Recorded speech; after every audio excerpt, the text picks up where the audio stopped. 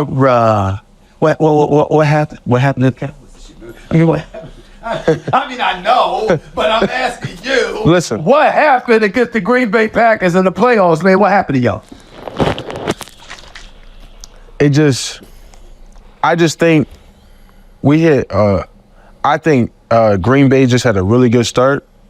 And all year we've been a front leading team. Right. We get to establish some things. We mix in the run, play action.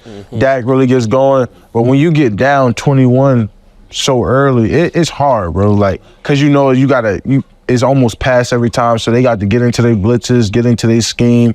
Schematically, they were just clicking on all cylinders. And when you clicking on all cylinders, it's hard to win. DeMarcus Lawrence came on First Take Super Bowl week. They're showing ESPN every week. They won today in the 12. And he comes on the show and he said, guys might have been a little tired. He said, because so much is expected of us. Every game is like somebody's Super Bowl. So we go through stuff that most teams don't go through. And I think that guys were a little bit fatigued. When you heard he said that, what were your thoughts? Don't get me wrong. Yes, I agree that teams play us like the Super Bowl. We are the Dallas Cowboys. That's right. We them boys.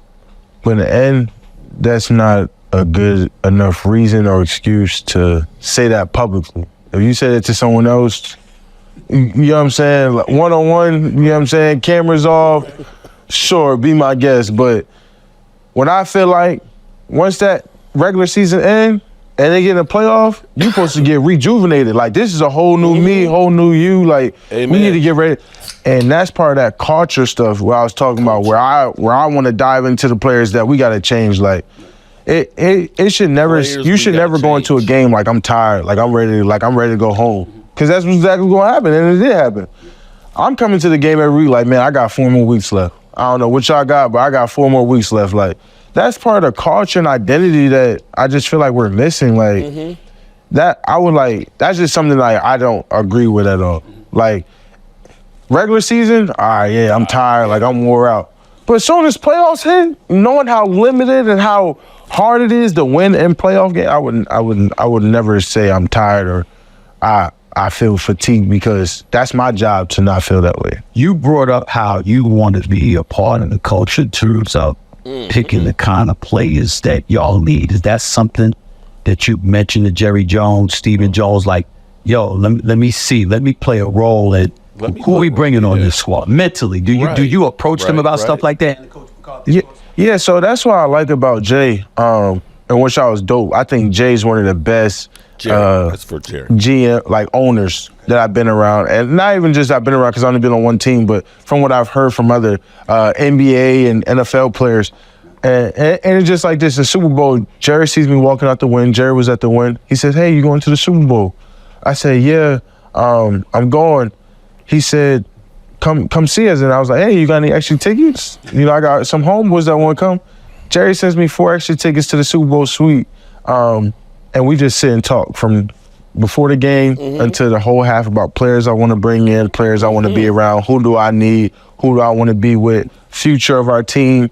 And that's just dope to have that type of feedback with an owner that, you know, loves to hear your ideas and what you think and where the team can be.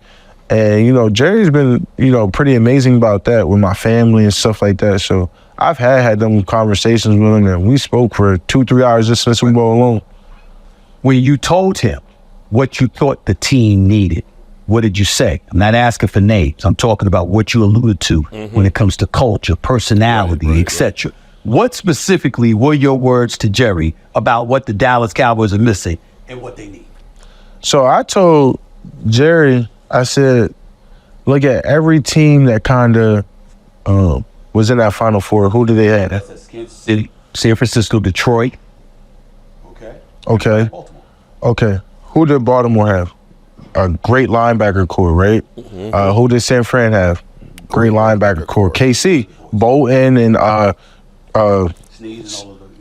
they came along. I said, we need to get another bigger linebacker who's going to come down and. Yes. And I said, we need to get a super 330 nasty interior. Look how Eric Armstead, Javon Hargrave caused havoc in, you know, the last 2 games.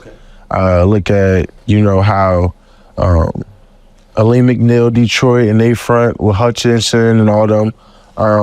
It's just certain things where I was pinpointing we can build in this because we're slim. Like, we have guys, and I think Osa's been great for us, and, but we just need a big old 330 can't move. Nasty ass. Because I saw the way Chris Jones affected that Super Bowl, and I was like, my God, like.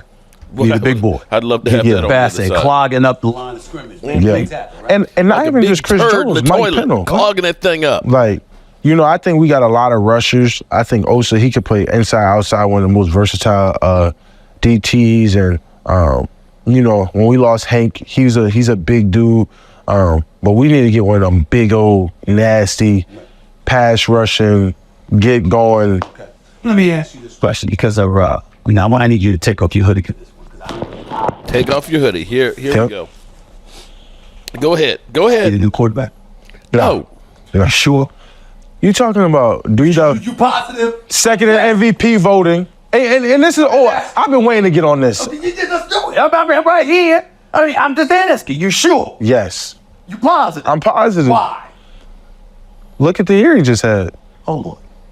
Did you not just sit here and talk to me about the playoffs? Did you not just say? But you can't put it all on him. I'm not putting it all on him. You trying to. He culpable.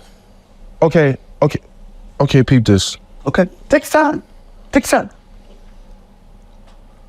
When Purdy threw 4 interceptions to the Ravens, Yeah. how many points did the Niners give up? I don't recall. I believe it was like 33. Okay. That was 34. That was a regular season game, you know. Right? It does that was almost like the Super Bowl. 33. You got it right. 33. On 4 interceptions. Okay. We gave up 40 plus 48. as a defense. You were down 48-16. So He threw a pick six. So He threw an interception before that. it doesn't matter. It doesn't matter. It doesn't See, matter. if you're trying to play the pick and name game, then that's losing culture. At some point, your defense, even when Mahomes threw that pick, in the Super Bowl, Yep. what does defense do? Stop. Oh, At some point, your quarterback's not always going to be perfect.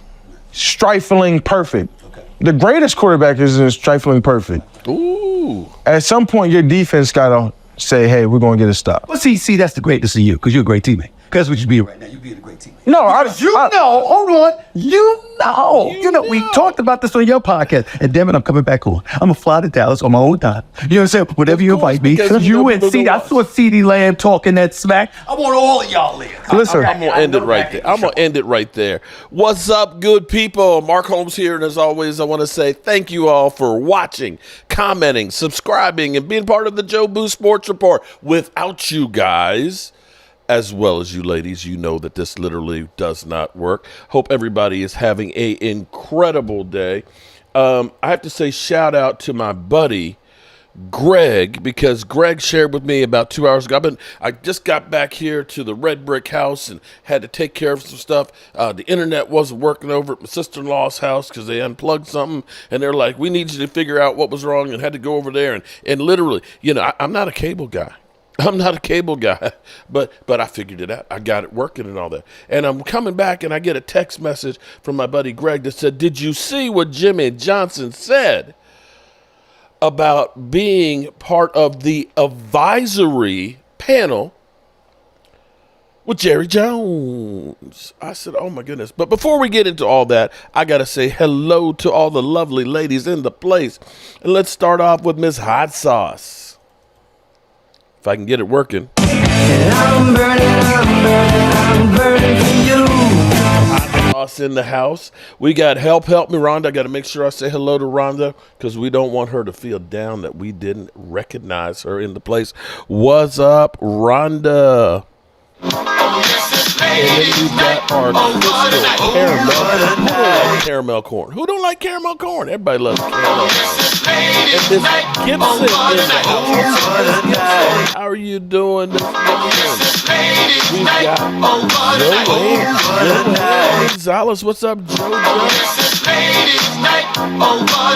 We got putting down the knowledge out there. What's up, Roland's with you?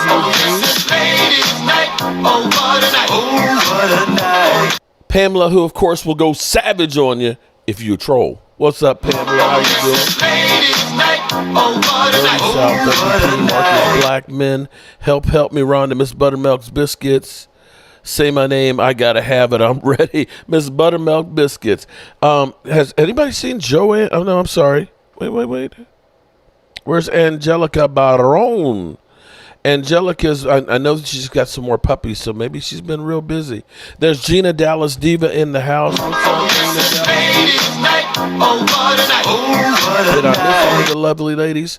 Okay, if I missed you, please put another comment in there to make sure I see it. It's just kind of rolling on through. Oh, there's lovely Linda in the place. What's up, Linda? Okay. So here's the thing that's kind of interesting to me. Okay, it's already the off season. We're already getting the shit talking about what's up, Ruben. How are you doing, Matt? How's it going?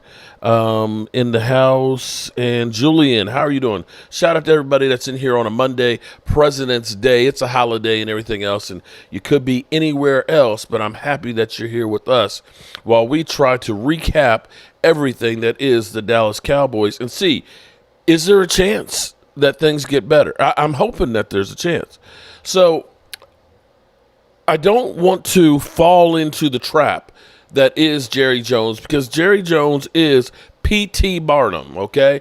There's a sucker born every minute, and Jerry Jones wants to get every cent that they make, okay? That's Jerry Jones' thing. But listening to a couple of things that I've heard is groundbreaking, okay? Now, we know Jimmy Johnson, okay? Jimmy Johnson. Actually, before I get it, we'll go back for a second here. I want to do the idiot report real quick. The idiot report. Now, you saw Micah Parsons, going toe for toe with Stephen A. Smith, going toe for toe with Stephen A. Smith, talking smack about the Cowboys as always and things. But he basically put it on there. Listen, at some point, your defense has to be able to make stops. He pointed out Pat Mahomes had an interception when they were down 10-0, but their defense stopped them instead of it being 17-0. Okay, and I'm not trying to take, to say that Dak didn't have a bad game. Everybody had a bad game. But here it was. D-Law came through and he said, at some point, we were tired, which is the worst thing in the world that you could say. You can't say we were tired. And so now you heard Micah Parsons in his words in my opening piece where he's saying, listen, it's playoff time. It's a new season. He said, I get it. It's regular season, all that. He's like, it's playoff time. There's 4 games left. You got to be re-energized and so on. And, of course, ESPN just took it to a whole nother level. So let's listen to the idiot. So, yeah, he had an issue with DeMarcus Lawrence saying that the team may have been a little fatigued when they took on Green Bay, and that he said, hey, look, we're the Dallas Cowboys. Everybody plays us. It's like the Super Bowl. What does that mean? It's the playoffs. Everybody playing hard in the playoffs. This one I don't understand. Attitude reflect leadership, right? Attitude reflect leadership? Mm-hmm. Who's the leader on that team? They don't have one. Let's be honest. Well, are you going to pay? No, bro. I'm talking on that defensive side because that's who didn't show up. Like, I don't expect Dak to get in defensive players' face and say, not today. If you're going to be that generational player, if you're going to be that Lawrence Taylor player, like, listen, I played around great players that, Michael Parsons is supposed to be that. Ray Lewis ain't letting no team show up and lay no dud. Ed Reed ain't letting no team show up and lay no dud. Darrelle Reeves ain't showing up letting nobody lay no dud. He going to perform and play with such an energy that's going to make everybody else play. So that's what I'm talking about. He's lacking leadership, right? He doesn't understand what winning in this league is all about. Is he a great player? Yes. But just because you're a great player don't mean you're a great leader. He needs to go to a leadership school and learn how to lead by example and quit talking so much and being so damn sensitive. You're a linebacker. That's supposed to be a tough guy spot. He's the most sensitive guy I've ever seen. He responds to everything. Get off of social media. Quit tweeting. Quit talking about responding and go about your business, man. That's how you change the culture. That's why Emmitt Smith came out and had something to say. That was directly to you, bro. So instead of responding to what Lawrence said, respond to what Emmitt Smith said and maybe sit down with guys that know what winning is about in this league. Oh, I see it again, you've been had. You've been took. You've been hoodwinked, bamboozled, led astray, run amok. This is what he does. Okay, Bart Scott, shut the F up. Just a look. Enough is enough. I have had it with these motherfucking snakes on this motherfucking plane. Everybody strap in. I'm about to open some fucking windows. Angelica Baron.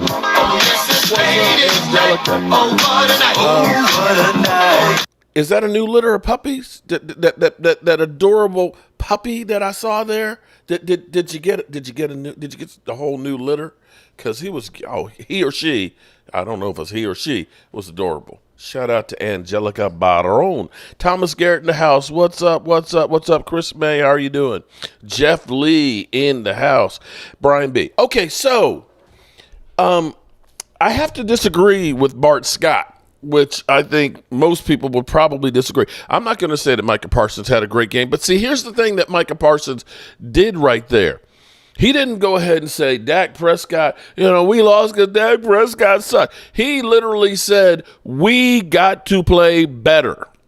We got to play better. We got to do better. We got to understand that when it comes to playoffs, we should be energized to play.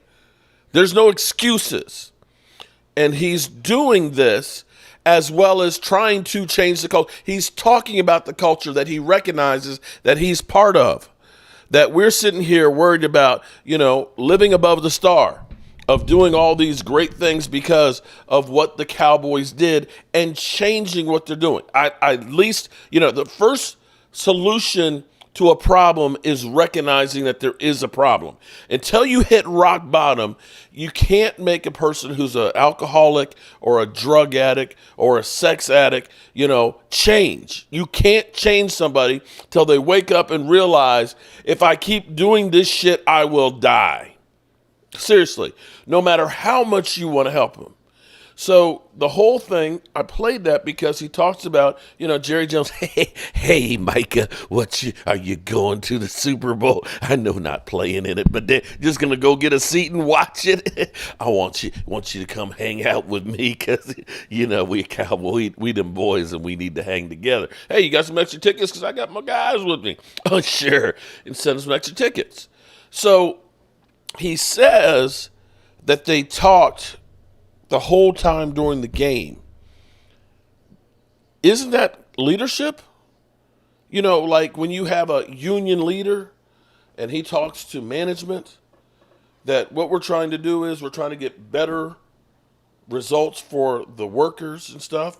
Get more pay, get, better, get a break in here, get some vacation time. You work on that. That's trying to change the culture of what you're getting from the ownership. Right? And see, I'm going to say that maybe this is, again, I'm not going to say that Jerry Jones hasn't listed other players. See, I'm sure he listened to Tony Romo. I'm sure because Tony Romo was the anointed son with them. But I will say, now that you got Micah, a guy, you got to pay and everything else. And I think Jerry Jones is realizing that I am not a spring chicken. I don't know. I every day sit here and reflect and say, oh my God, I've done lost another day. I don't know how many more I have. I literally don't know how many more I have. And this is a true story because this brought it all home to me again. I'm driving up to Pennsylvania and helping my friend. She's got a house that's, in front of the river and things. And when I was leaving last night, there was a couple of police cars parked on the side of the road there. And I was like, shit, what happened? And my friend called me this morning and she said, a kayaker, guy was just out there, probably in good shape. If you're out there kayaking and everything, you're in good shape. Drowned.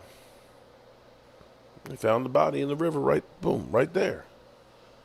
And so I'm sure that guy didn't wake up in the morning, say, I'm going kayaking and today's going to be my last day. You just don't know. But you do know when you're 100 that you don't have that many more. When you're 90, you don't have that many more. When you're 80, you don't have that many more. So he realizes, if I'm going to do this again, I got to do things differently. Because, see, that's the problem, is the Cowboys have constantly done the same thing over and over and over again for 29 years. We're going to, worry about the future. We're not going to spend a whole bunch of money because we don't want to be in cap hell. We want to be relevant every year. Well, we've seen how that show works. Usually you're good enough to about make the playoffs or make the playoffs, but not good enough to win it all. And you can rinse, warm, repeat. And the fact that you've gotten 36 wins in the last 3 years, you win a playoff game, in there, you lose, 4 or 3, you're good enough to compete, but not good enough to win at all. And Jerry Jones and Stephen Jones, Catboy, have been okay with doing that and doing it their way and not listening to others. So hearing that Micah Parsons is saying, Jerry, these are the type of players that we need. And him going out there and saying, look right here in front of you. Take the, Micah, I love you, bro. You're saying the same kind of things that we hear from Vosh, Law, from Rome, from Big Game James, from West Coast, from Game Time Brian, me, DMV, E2 Blue, my Cowboys family. I think we've all said kind of the same things. But, Jerry's not going to listen to us. He's happy to take our money, but he ain't going to listen to us. Maybe he'll listen to Micah because Micah says, listen, look at the top 4 teams in the NFL that were in the playoffs there. Look at their linebacker cores. Look at Kansas City with Chris Jones. Look at the 49ers with Hargrave in there and Armstead. These big guys that make life a lot easier for the guys on the outside. Because, see, Charles Haley was great, but having all of the people like Russell Maryland and Tony Casillas and things like that, having those, Ken Norton Jr.'s out there made his job easier where they couldn't focus just on Charles. They had to focus on everybody. Everybody would eat. And so for Micah going through there and trying to reiterate this to Jerry Jones, and now, of course, the big thing is that Jimmy Johnson is on the advisory board, okay, which means Jimmy Johnson said that literally after the Green Bay game, which had to be a low point for Jerry Jones. The team comes through, the hand of getting the number 2 seed. Now all of a sudden, Jerry Jones is thinking about we got a couple of games at home. That's more money. I love it. Let me turn the fans upside down and shake out all the change. We know how Jerry Jones is. He wants that money. And then for them to get spanked by the Green Bay Packers, a young upstart team in their house, had to be embarrassing and had to be maybe it was the rock bottom drunk alcoholic who woke up literally laying in the gutter with vomit all over his face and a bottle in his hands and not knowing how he got there. Walker Wade, the front office has to change better decisions. Shout out to Walker Wade. Walker, you know what? I know what you've been going through, buddy. You have been on a roller coaster like the rest of us of emotions because, 1 minute it's like, screw every single one of these guys. Fire everybody, cancel them out there. We're just pissed off. And then, Jerry Jones kind of pulls enough to kind of give you a little bit of hope and stuff. And then you get mad again because they do some stupid shit. You hear D-Law talk about we were tired. And you're like, how the hell can you be tired? So now, and let's pray. Can we pray that he actually is going to listen to people who know what the F they are doing. Not Catboy. No. I don't want Catboy, slamming Jerry against the wall, telling him he don't want to sign a Dion. No. Now, maybe the Catboy that took the card away from him when he wanted to get Johnny Manziel. Okay, time to time, even a broke clock is right every day. Is right twice a day, as Stephen A. Smith would say, right? Okay. Crazy Corvette, what's up? Mike Fisher said Prescott, his agents, and the Joneses sit it. It's a go. Well, they have to if they're going to be all in. Okay, so now when I heard Jerry Jones say he's all in, I thought after hearing Dan Quinn say, you got to look at it as there is no tomorrow, all in needs to be all the time. That maybe Jerry Jones saying all in was because he was saying he was all in to try and keep Dan Quinn coming back so that way he didn't have to look for somebody else. That may be the case. And I love Dan Quinn. I love what Dan Quinn did, turning the defense around.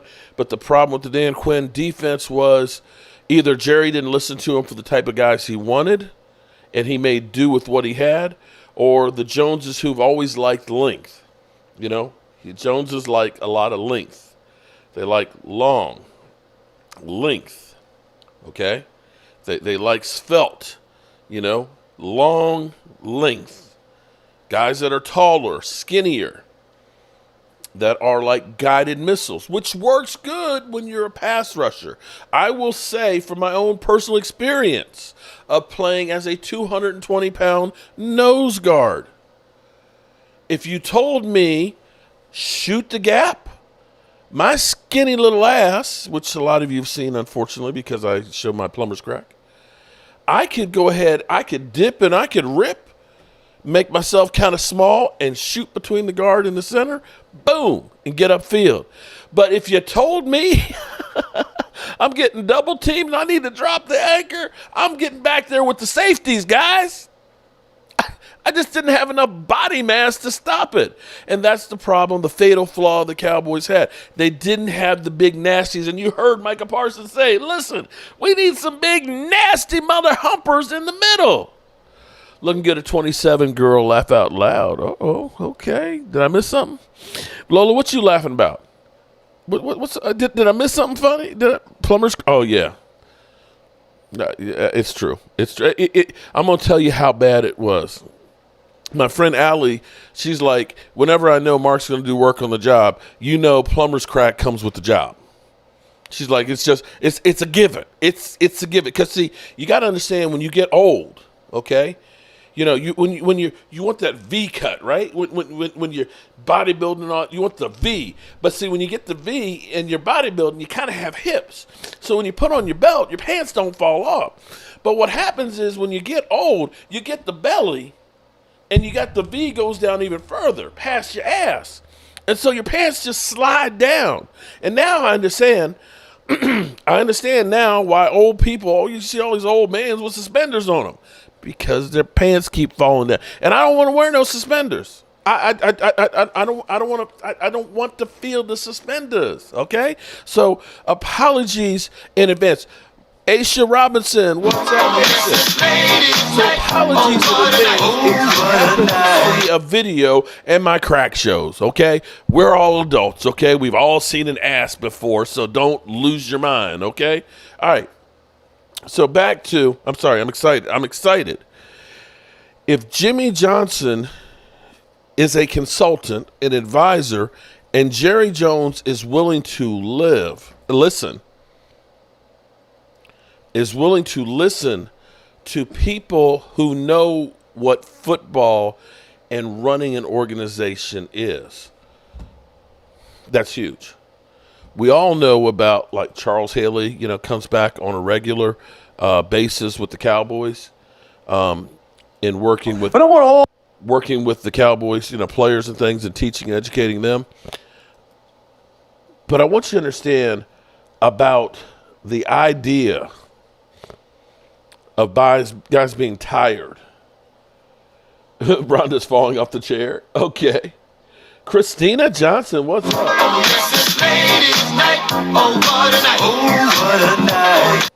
Happy birthday to your son. Happy birthday to him. Happy birthday to him. Happy birthday to your son, Christina Johnson. Hope dinner was good.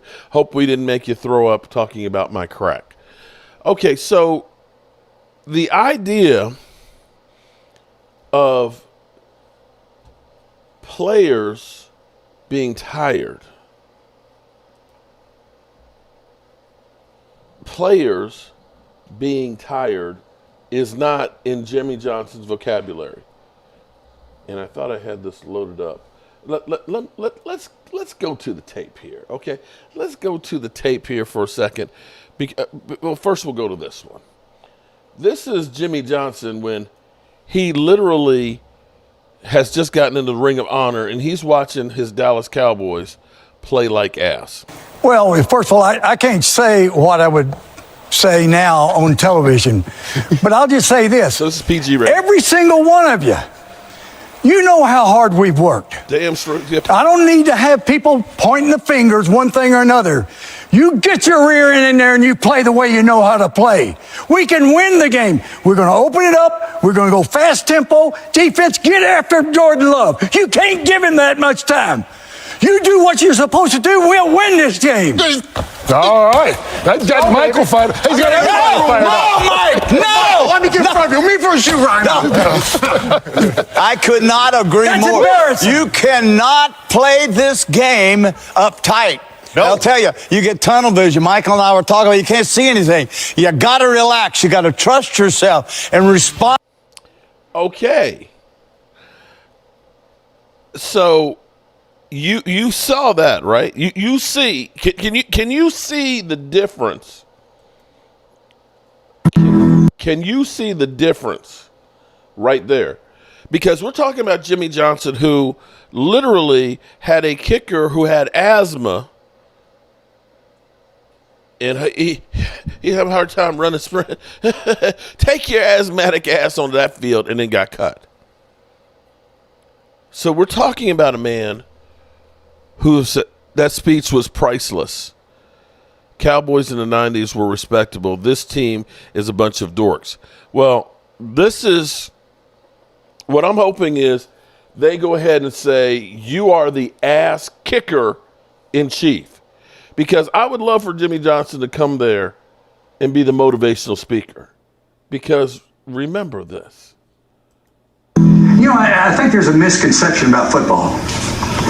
People think that football is for tough guys. You know, tough guys. Well, football rewards the guys that are in great condition. That's when you have fun. When you're kicking somebody's ass and they're sucking for win.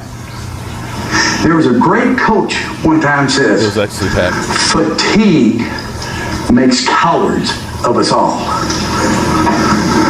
What if I walked up to you and said, you're a coward? You're a coward. You wouldn't like it, would you? But that's the reality of it. When you're tired, you make mistakes, you don't do what's right, and your will to win all of a sudden starts to waver just a little bit. You get tired, and all of a sudden you don't have that same fight. Fatigue makes cowards of us all of us, me included. I guarantee you, when I was on that damn TV show and I hadn't had any sleep and I hadn't had any food and bugs are biting on my ass, I wasn't a big tough guy. I'm saying, what the hell am I doing here? Fatigue makes cowards of us all. If you're in great shape, if you can run like a deer, at the end of the ball game, you're going to be smiling and having fun. And let me tell you something, guys. Ain't nothing better. This is going to be the greatest time in your life. I used to sit in this same ass room. I'd look at the schedule. And I said, God, oh, I can't wait till Oklahoma comes in here. I can't wait till Florida comes in here. I want to kick their ass. And that's what you should feel. This is why you came to Miami. That's why you wanted to be a Hurricane. But you can only do it if you're in great shape and if you're not sucking for win at the end of the game. And when you look across the way and that guy is hanging down, he is a coward. He's a coward because he's tired. Don't be tired. Don't be tired. Derrick Henry, the Philly rumors are back at it again. Oh, shut up, Philly. Damn. Don't be tired, D-Law. All right, so let's recap here what we got. We got Jerry Jones saying we're going to go all in. Okay? I'm not sure I believe that. I'm not sure I believe that. Okay? But that's what we hear. That's what we hear, that we're going all in. We got Jerry now having Jimmy Johnson on advisory. I'm going to say this. If Jimmy Johnson is literally talking into Jerry Jones's ear, and Jerry Jones is actually receptive and listening, that's as good as getting a new GM. I'm sorry. Am I crazy? Seriously. Because if we're just listening to Jerry Jones in his mind, I'm the be-all, end-all. I built this thing with the team that I built. Excuse me. I'm getting so excited, I'm losing my voice. With the team that I built here, that any number of 500 coaches could coach that team to the Super Bowl. And you picked the worst one. And he did get the Super Bowl. I will get you that one. But I tell you, Jerry, that you're picking the team since then for the last 29 years hasn't done it. It's time to get some real help. It's time to get some real help. And if you've got Jimmy Johnson who can look and tell you, Jerry, this mother humping coach ain't doing his job. Jerry, this kind of player is the kind of player you need. This kind of guy is a dog. This is the kind of guy that you need that will wreak havoc. As opposed to Johnny Manziel. Instead of who's going to sell me the most jerseys. And if Micah Parsons is trying to say, I want to be a Dallas Cowboy for life, and I want to win a Super Bowl, and I want to get like-minded people, and he recognizes the kind of guys that have done great things with other teams. Because, see, it's not rocket science. Because I want you to understand, you can look at things over the last 10, 15 years and things that are in common, okay? Even though in the last 10 or 15 years, you've seen great quarterbacks out there that have done great things, but they're not winning Super Bowls. You can't say that Aaron Rodgers, not last year, but you can't say after he won the Super Bowl that first time, his numbers got better. His numbers got through the roof.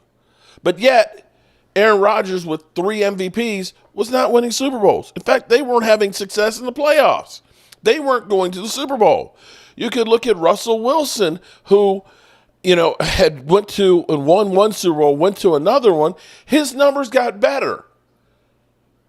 He was throwing 25 TDs when they won the Super Bowl. Somehow he was throwing 40, and they're not even, making any noise in the playoffs. He was playing better, but they weren't winning because their defense wasn't as good. But things you look at on teams that make it far in the playoffs and go to Super Bowls and win. A, they've got a good quarterback or a great quarterback. Well, in the case of Kansas City, the best quarterback. You've got to have a quarterback that is beyond just average. He's got to be capable. But it's not always the best quarterback that wins the Super Bowl because the quarterback can't do it on his own. But you always see teams, and this is true for the Cowboys in the past, that they have a great tight end. Look at your Kelsey. Look at your Kittle. Look at your Dallas Goddards and things out there. Look at your Gronks when Tom Brady was here. You have to have a playmaking, blocking tight end that's the security blanket, bar none. Take a look. They may not necessarily have the biggest name running back, but they have a good running game. We all know things change when playoffs come around. People are beat up and things. The weather gets to be bad. And sometimes you're playing outdoors where it's cold in Buffalo. Running games are really important. And as great as Pat Mahomes is, without the way Pacheco was running in the playoffs, I don't know that they win the Super Bowl. I don't know. So you got to have a running game. You've got to be able to protect your quarterback, which means you need a good offensive line. It doesn't necessarily have to be great, but they need to be good. Your defense. We've had great edge rushers in the past, in recent history, D-Ware and things, but you have to have the interior defensive linemen to go along with it. They're not sexy. In fact, you're going to see a lot of crack, okay? It's like me. You're going to see a lot of crack. You're going to see bellies that are flopping around. They're going to be 300-plus pounds. The jerseys ain't going to fit right, and ain't nobody buying them. But defenses win championships. And that's where the Cowboys defense, you look at it, you say, shoots, you had Dante Fowler, you had D-Law, you had Micah Parsons, you had Dorrance Armstrong, you had Sam Williams, you got all of these different, Goldston, you got all these, light in the ass edge rushers. They're all light in the ass. And then your interior defensive lineman, you got Hankins, who's 32. I love Big Hank, but he's not a spring chicken anymore. And when he got hurt, you're in trouble. You've got Osa and Digazua, who is a very athletic defensive tackle, but he's only 280 pounds. Your big guys, Mozzie Smith, who we've gotten from 337, is now under 300 pounds. And Quentin Bohannon, he's not even here anymore, I don't believe. So you don't have the beefcakes, okay? The Blues Brothers in the middle. Micah Parsons recognizes that. And linebacker, man, Leighton Vander Esch was better than people gave him credit for, but Leighton Vander Esch was not great. Understand the Baltimore Ravens with Ray, the difference of having that guy, okay? That guy made a difference. Made a major difference, okay? Understand that when you see San Francisco that has a great front, when they got Greenlaw and guys there, they're great linebackers because they've also got great people in front of them. And when we go through, the problem for us is Micah Parsons is like a Swiss Army knife where you can put him all across the line and things like that and get him to be able to get to the passer. But he cannot do this whole thing by himself. And when we have people say, like, Jesse Holley, and I apologize for always trashing Jesse Holley, but I'm sorry, when you literally say that it is, lazy to be an edge rusher, bro, I don't know how lazy you can be when you're going against a guy like Trent Williams. When you are giving up about 70 pounds to a guy who can take your head off. I don't know how lazy it is when you have to figure out the skill and the technique to do that. And if you take him off of there, your best guy that's an edge rusher, you're not that good with rushing the passer to have him play linebacker. I don't know how many other players in the NFL we're looking at and saying, you need to be great at two positions. I don't know. I don't see him say that to Nick Bosa or T.J. Watt or Myles Garrett. Myles Garrett, man, you got to play edge rusher and linebacker, bro. You got, man. We need you to play linebacker. Come on, man. This is stupid when you're literally saying that your best player, who has 12 or more sacks every single year, okay, who almost has double what Knucklehead is sitting there trashing him, talking about how he's soft, Bart Scott, that we're literally trashing the best player you got on defense and saying, if you only have one guy, you can find ways to stop one guy. If you honestly look at the Cowboys defense and you're running the football, there's nobody you fear running the ball at the Cowboys defense. Micah Parsons, as great as he is, at 243 pounds, going against a tackle that's drive blocking, he's going to win. He's going to win. And when you've got a safety that's 205 pounds playing linebacker, when he gets hit by that running back, he's going to get carried. He just is. And so this is philosophy that's a problem. the philosophy of saying, we don't need linebackers. We want fast guys that can rush the passer. Running game, we'll get rid of Zeke Elliott. It's okay. Tony Pollard can do double duty. It's this laissez-faire thing of, we believe in our players, and we'll just, whoever we got here, we'll stick him in that spot and go. So maybe,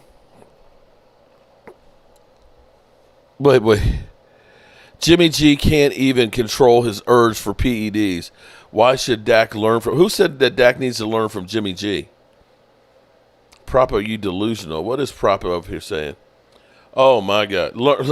What? Come on, man. Oh, man. Okay. I started working on something here that's kind of interesting, at least to me. To me, it's kind of interesting. And I'll probably go into this a little more into a video. But it's something that was kind of hit me today because the Cowboys are working on a second big contract for Dak Prescott. I know people, don't pay Dak. Just make him play. Okay, there's three things you can do with Dak right now. You can make him play on his cap at $59 million and let him walk at the end of the year and have absolutely nothing. I know some people believe in Trey Lance and think that Trey Lance or Cooper Rush, we know Skip Bayless believes Cooper Rush is a better quarterback. The team responds better to him and all that. Okay, that's bullshit. Okay, that's bullshit. Okay, I'm sorry.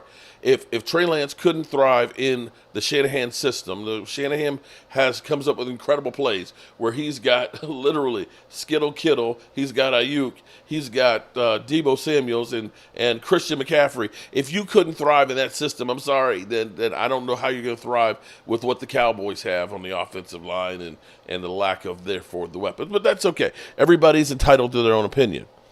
You could let him walk. Let him play on that $59 million. Let him walk. If you do that, then you go through and restructure everybody else's deal, and you might have yourself enough money to sign, to replace the 16 free agents in your rookie class. But you're not going to really be able to do anything to help your situation. Okay.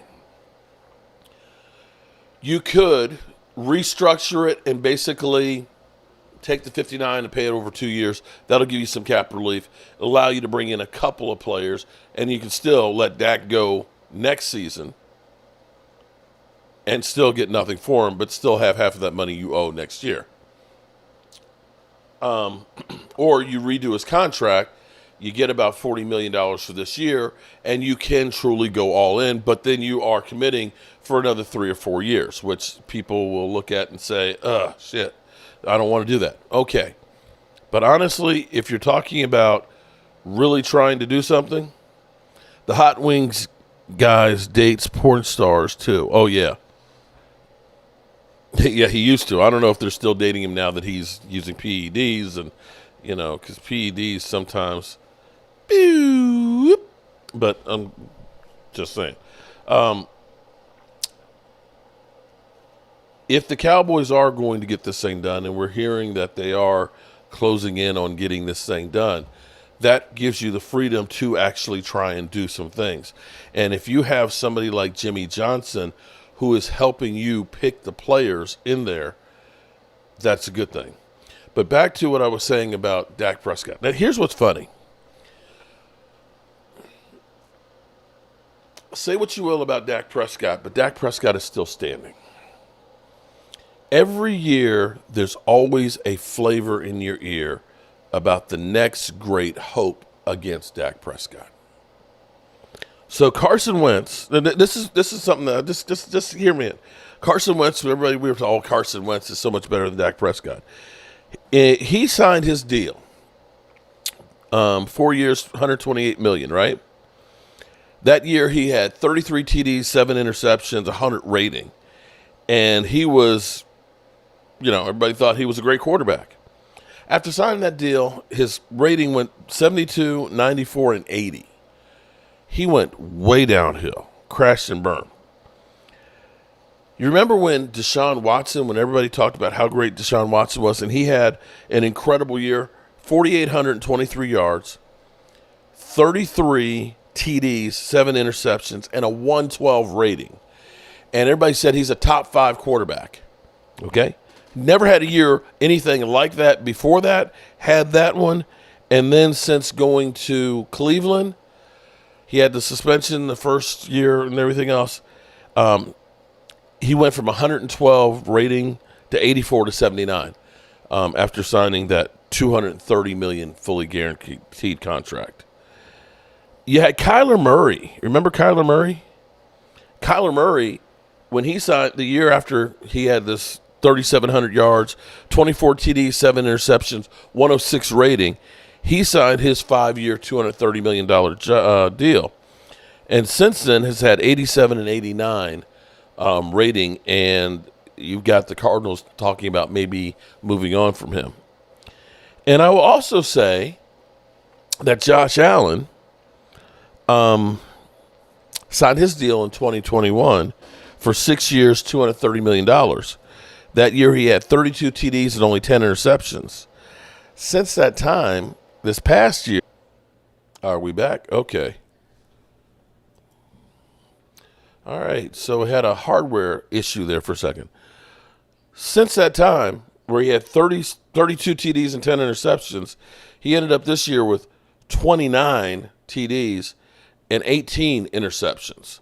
So everybody who has signed their mega deals, and they haven't signed, with the exception of Pat Mahomes. Pat Mahomes is totally different. And you could look at this year with Justin Herbert. He signed his deal, although he was injured a lot of the season. His numbers went down. And you could also say, Cincinnati's quarterback, Joe Burrow. Joe Burrow was injured a lot of the year, too, and his numbers went down. We'll see how they do the second and third year on that deal. But here's the thing that's kind of crazy about Dak, because Dak, coming off of the year he had 4,449 yards, 37 TDs, 10 interceptions, and a 104 rating, right? Now, last year, he did get hurt, came back, as Micah Parsons said, coming back from broken thumb, came back early and things like that. So he did have a down year. They still made the playoff. But here's the thing. So he had a 37 and 10 TDs the year he signed that contract and 104 rating. He had 4,518 yards, a little bit more, one less TD, 36 TDs, and one less interception, and still a 104 rating. So in the grand scheme of things, as we look at other guys, with the exception of Pat Mahomes, that signed their big deals, they went downhill. You can look at Dak since he signed his last deal, and he was actually playing better. Just saying. Because I don't know that we're going to have a discussion about Deshaun Watson being the highest paid player again. I don't know that we're going to be talking about Kyler Murray being the highest paid player again, or Russell Wilson being the highest paid player in the NFL, or maybe even Josh Allen. I'm just saying, when you look at what guys have done after that initial big deal, they went downhill. They got worse. Dak hasn't. Just saying. And it sounds like the Cowboys are going to re-sign him, whether you guys want him to or not. And as I look around the landscape, you got Kirk Cousins right now is the hot quarterback that people are talking about going places. Will he go back to D.C.? Could he go to Miami and replace Tua? Atlanta would be a great spot for him. And Sam Darnold. People are still talking about, well, we could go get Sam Darnold. Sam Darnold? Are you kidding me? Is he on the Fitzpatrick? I'm going to go to every team out there? Oh, Lordy. Shit.